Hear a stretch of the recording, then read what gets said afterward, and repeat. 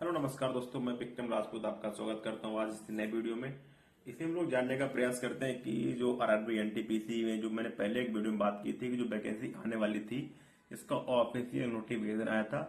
तो उसका जो 28 अक्टूबर को फॉर्म अप्लाई का जो अपना स्टार्ट है प्रोसेस हो चुका है और उसका लिंक भी एक्टिवेट हो चुका है कि जिससे आप लोग जाके फॉर्म अप्लाई कर सकते हैं। तो आप लोग, आपके पास एक बहुत अच्छा मौका है कि आप टीटी बन सकते हैं 12th लेवल पे। टीटी हुआ आपका, टीसी हुआ, और या फिर आप रिजर्वेशन में कहीं भी आप जॉब कर सकते हैं। उसके अलावा कई केस में 3 से 4 पोस्ट दी गई है। तो आपके पास एक बेहतरीन मौका है रेलवे में आने का और अपनी मनपसंद पोस्ट को हासिल करने का। तो हम लोग बात करते हैं कि जो 3058 पोस्ट आई है इसके बारे में जानते हैं, कब इसका एप्लीकेशन अप्लाई होगा और डिटेल से तब जानने का प्रयास करते हैं। तो चलिए शुरू करता हूं कि आपको इसमें जो एप्लीकेशन का डेट दिया है अप्लाई करने का, वो अपना 28 अक्टूबर से लेके और हमारा 27 नवंबर तक आप इसमें अप्लाई कर सकते हैं। और इसमें एज का जो है, एज का रेलवे का सिस्टम वही है, 18 से 30 साल तक आप अगर बीच में हैं तो आप इसका एप्लीकेशन अप्लाई कर सकते हैं। और इसके बाद आपको कई कई जो कैटेगरी है उसके लिए आपको एज रिलैक्सेशन भी देखने को मिलेगा, आपको आयु में छूट देखने को मिलेगी। नेक्स्ट हम लोग बात करते हैं कि इसका जो लास्ट डेट रहने वाला है वो 27 नवंबर है और इसका जो फीस का लास्ट डेट है वो आपका 29 नवंबर होने वाला है।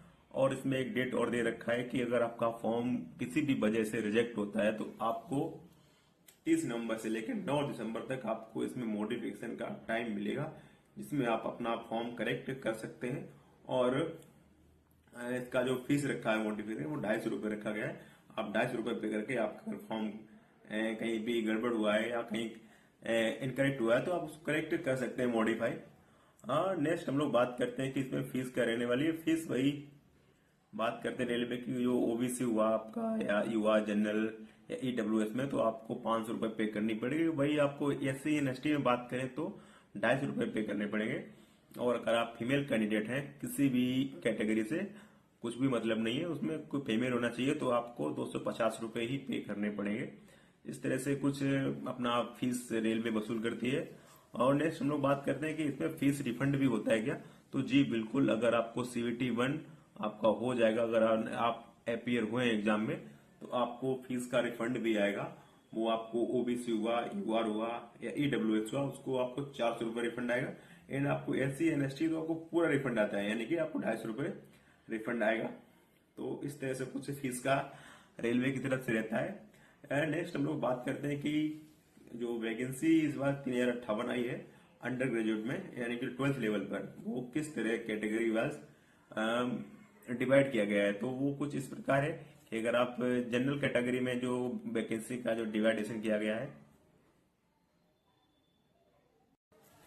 इसमें जो जनरल कैटेगरी में जो वैकेंसी आई है वो इस बार आपको देखने को मिलेगी 1280 पोस्ट इसमें दी गई है। जनरल कैटेगरी में अगर आप डिपेंड वो फाइट करेंगे तो आपको 1280 पोस्ट इसमें है। एंड ईडब्ल्यूएस में वही बात करते हैं तो 280, एंड ओबीसी में बात करते हैं तो 773, यानी कि 773 पोस्ट आपको मिलेगी देखने को।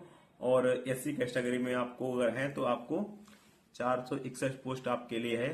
अगर आप एससी कैटेगरी बिलोंग करते हैं तो आपको 461 पोस्ट पे फाइट करनी है। एंड नेक्स्ट बात करते हैं कि जो एसटी कैटेगरी है उसमें कितनी पोस्ट है, तो उसके लिए आपको 264 पोस्ट इसमें दी गई है 3058 में।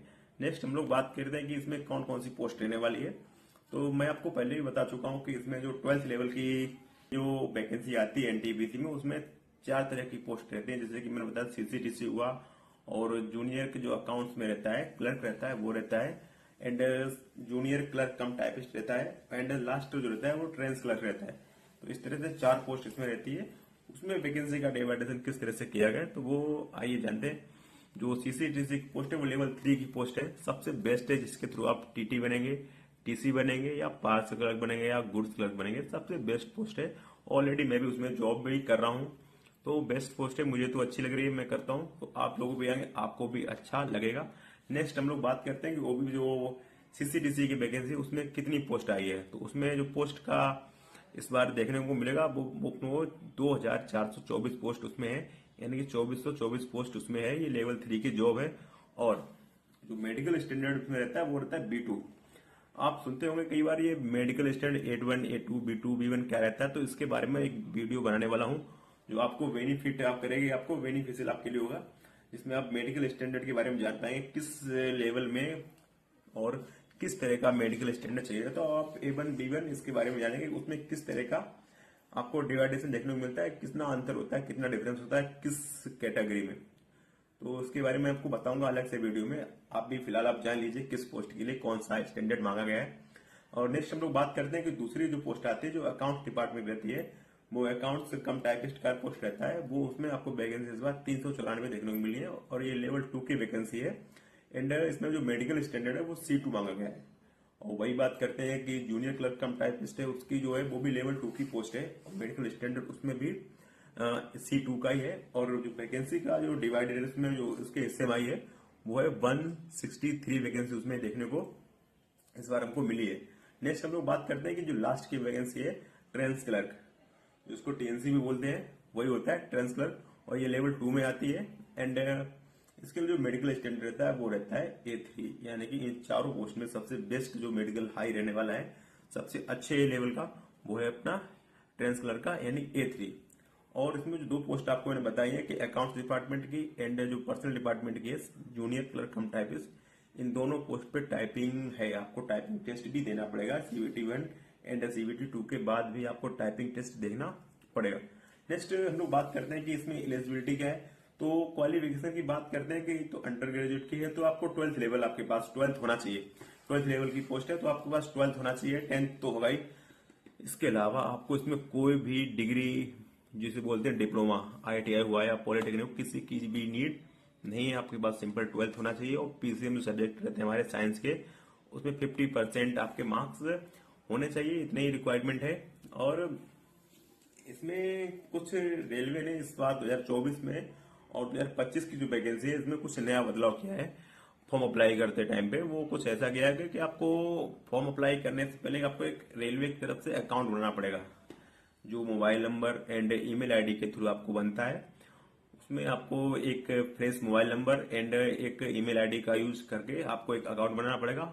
वहीं आपको एक आईडी मिलेगा, मोबाइल नंबर ये आपका आईडी होगा, एक पासवर्ड बनेगा जिससे आपका अकाउंट लॉगिन होगा। उसके बाद ही आपको एप्लीकेशन अप्लाई होगा। मैं उसके लिए वीडियो बनाऊंगा, डोंट वरी, अभी आप जान लीजिए।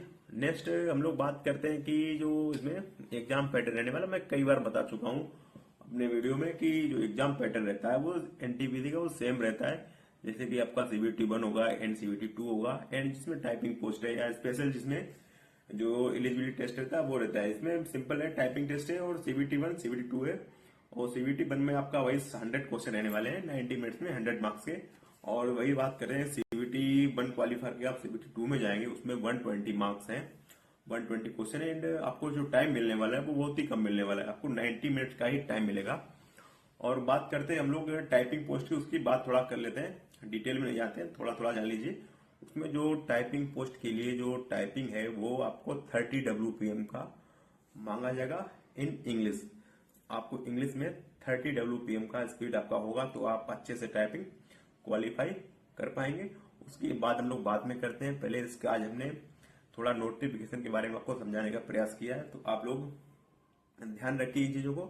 और एक बात और, इसमें नेगेटिव मार्किंग जो है वो भी 1/3 की है। ये जो वीडियो है खासकर जो नए अपने स्टूडेंट है जो तैयारी करने, जो 12th किया है और फॉर्म भरने जा रहे हैं, उनके लिए होने वाली है। जिन्होंने फॉर्म भर रखे हैं उनको पता है इसके बारे में अच्छे से, तो उनको समझाने की जरूरत कुछ भी है नहीं। खासकर वीडियो जो नए वाले हैं उनके लिए है। और एक खुशी की बात यह है कि अभी 8th पे का जो ऐलान किया गया, कमेटी बिठाई गई है, तो ये भी आप लोग जब तक आएंगे तब तक तो लागू हो ही जाएगा। अगर लेट भी होगा तो भी तो आपको, अगर 12th लेवल पे आते हैं तो फिर भी आपको अच्छी खासी सैलरी मिलने वाली है। तो आपके लिए मोटिवेशन भी है, आप अच्छे से तैयारी कीजिए और अपने एक सीट पक्की कीजिए। आप किसी भी पोस्ट पे आते हैं रेलवे की तो आपको एक अच्छी सैलरी मिलने वाली है। तो आप लोग तैयारी करते रहिए, आगे मैं आपको वीडियो में जगह जगह पे गाइड करता रहूंगा। आप जो भी हो मुझे कमेंट कीजिए, मैं आपकी हेल्प करने की पूरी कोशिश करूंगा। एग्जाम से संबंधित या किसी भी तरह की जानकारी हो तो आप लोग कमेंट कीजिए। थैंक यू फॉर वॉचिंग, धन्यवाद।